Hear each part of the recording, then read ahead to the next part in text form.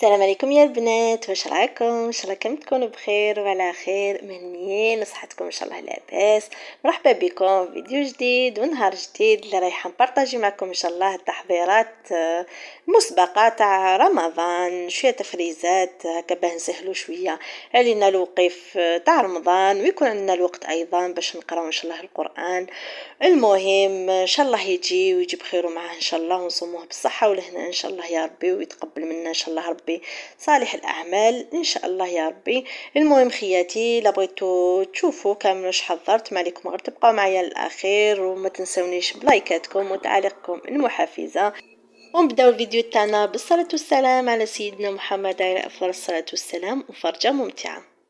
وهنا خياتي جبت شحيحه رايحين نحسبوهم نشوفوا شحال. انا الصراحه كنت شريت لهم شحيحه كنت ديرتهم داخل، لكن عندي بالك واحد 5 ايام هكاك بنتي طاحت مريضه وكنا لازم علينا ندوها لعند الطبيب وجات بالحد، وكنا رايحين ندوها لواحد سونتر ميديكال. ديجا لا فيزيت تخلصيها 50 اورو، وحنا مع الرحله راجلي راه مزير شويه هاد النهارات ومع انه عنده اكثر من 4 سنين ما خدمش تزير. الحمد لله كانت عندي هاد الشحيحه فتحناها وديت بنتي للطبيب، ومن بعد كملت قلت نكملوا نحسبوها هكا راه جاي رمضان ان شاء الله الا كاش ما تخصينا وما قدرش راجلي يقضي بيان سور نعاون بهم راجلي. المهم انا ننصح كل امراه ونشجعها انها دير شحيحه، يعني ما تعرفيش الوقت هذا خطرات نطيحوا اون بان نقدروا نعاونوا شويه بالدراهم تاع الشحيحه، ما يكونوا يعني مصروف صغير صغير صغير. ما ترغبيش رمي في الشحيحه بالعقل بالعقل رايح لك ان شاء الله مبلغ كبير. كيما شتو خياتي انا ديجا غير بهذا 1 اورو 2 اورو ديجا عندي 140، وبقاو لي هاد الصغار رايحه نحسب فقط 50 سنتيم و20 سنتيم هكاك، والاخرين تاع 1 و2 سنتيم و5 سنتيم صغار رايحين يدوا بزاف الوقت. قال لي راجلي نورمالمون يقدر يبدلهم ان شاء الله في لابونك، المهم يديهم لابونك يبدلهم. وهنايا في هادو تاع 50 سنتيم و20 سنتيم صبت فيهم 14 اورو. المهم كلش لو كان زيد نحسبها الصغار يكونوا واحد 160 اورو، وهو مبلغ يعني لا باس به. وهنا خياتي جيت نحضر شويه خبز المنفوخ ولا كما يقولوا له المغاربه البطبوط. جبت هنايا 500 غرام تاع الفرينه مع كاس تاع السميد الرطب، انا هنا رطب ناعم غربلته، ومن بعد ضفت عليه الملح، خميره تاع الخبز ملعقه عفوا كبيره تاع خميره الخبز، مع حوالي ملعقه صغيره تاع السكر. زدت لها ايضا نصف كيس تاع خميره الحلويات، وضفت لها ايضا زيت الزيتون كما تقدروا تضيفوا زيت نباتيه، انا ضفت هنا 3 ملاعق كبار. وحطيت لها ايضا كاس تاع الحليب دافي كما تقدروا الا عندكم حليب بودره تقدروا تضيفوا 2 ملاعق كبار تاع حليب بودره وتشمخوا بالماء. انا ضفت لها فقط كاس، ومن بعد كملت بالماء الدافي عادي. انا هنايا ما دروش الغلطه تاعي لاني انا ضفت لها شويه بزياده الماء ومن بعد العجينه جاتني طريه بزاف. ضفت لها ايضا شويه تاع الفرينه وعجنتها مليح، نعجنوها حوالي 10 دقائق كما على بالكم فيه السميد لازم تدلك مليح حتى تولي ناعمه، ونخلوها بتجي حتى تخمر كما راكم تشوفوا هنا خمرت. نخرج لها هذاك اللي هو منها ونبدا نرش بسطح العمل ونشكل في البطبوط تاعي. هنا نرش مليح العجينه تاعي بالفرينه هكا باش تسهل باش نحلها وما تلصقليش في الحلال. وبالنسبه للسمك هذا هو السمك تاعها، ما نرققاش بزاف وما نخليهاش خشينه على بالنا، ومن بعد بك نزيد نخليه يخمر راح يزيد يطلع لي ويولي الحجم تاعو هذاك هو. هنا بالنسبه للعجينه اللي تبقات لي نلمها مليح ونديرها في بلاستيك بما تيبسليش ونخليها تريح، وفي الاخر نعاود نستعملها عادي. انا رايحه كامل نكمل تشكيل العجينه تاعي ونغطيها نخليها تخمر لي ونتلاقاو ان شاء الله بعد نطيبوه مع بعض. هنا هيك العجين تاعي عاود خمرت كما راكم تشوفوا، درت مقله ثقيله تسخني مليح، ولا عندكم طاجين تقدروا تطيبوا في طاجين ايضا. هنا راني بديت نطيب فيه كما راكم تشوفوا، لازم تكون المقله ثقيله هكا باش يطيب لنا على غلبو ما يحرقناش ويبقى لنا من الداخل معجن. هذا هو الشكل تاعو كما راكم تشوفوا، يجي بزاف خفيف وفارغ من الداخل. انا رايحه كامل نكمل الكميه اللي عندي نطيبها ونخليه يبرد لي مليح وندوزو ان شاء الله باش نديروه في اكياس باش نديروه في المجمد ان شاء الله.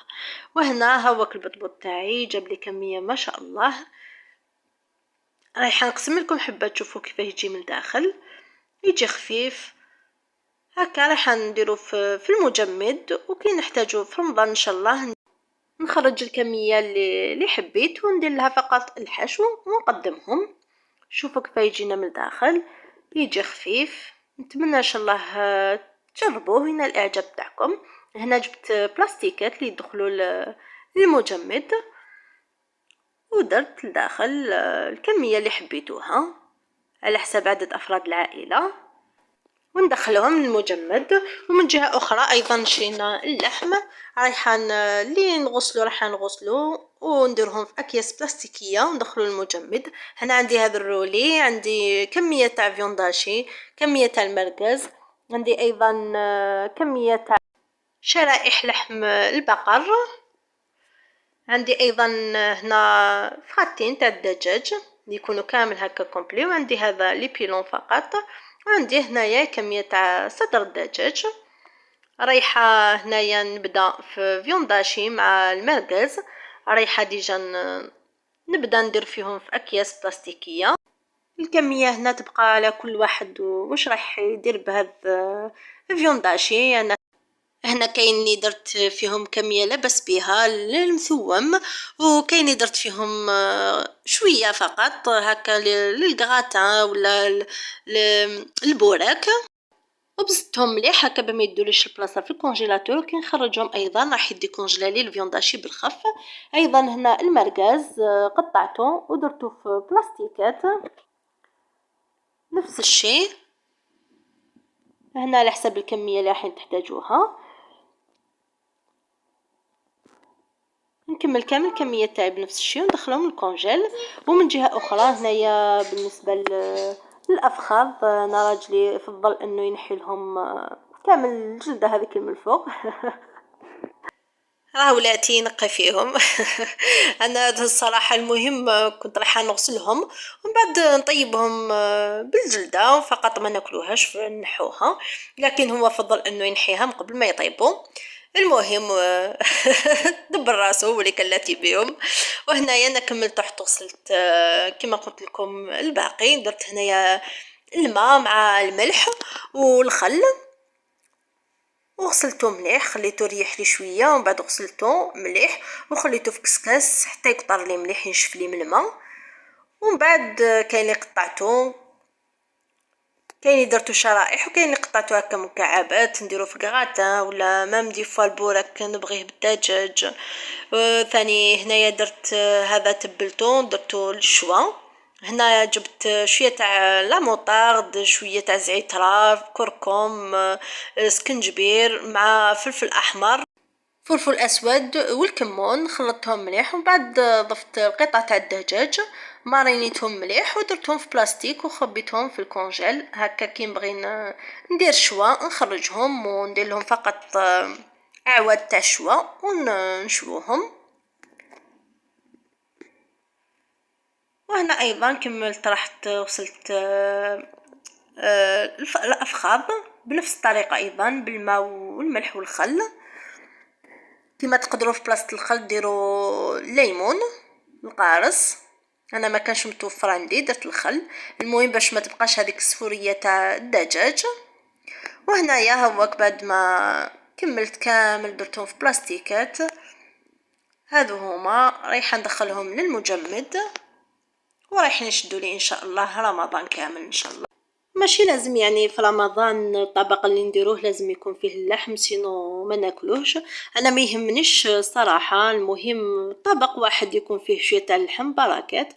نديرو شويه وصفات اقتصاديه بدون لحوم، المهم ناكلو الخضره هي الصح واللحم شويه شويه المهم هنا بالنسبه للثمن تاع اللحم كامل هذا اللي وريت لكم كامل شريناه 93 اورو.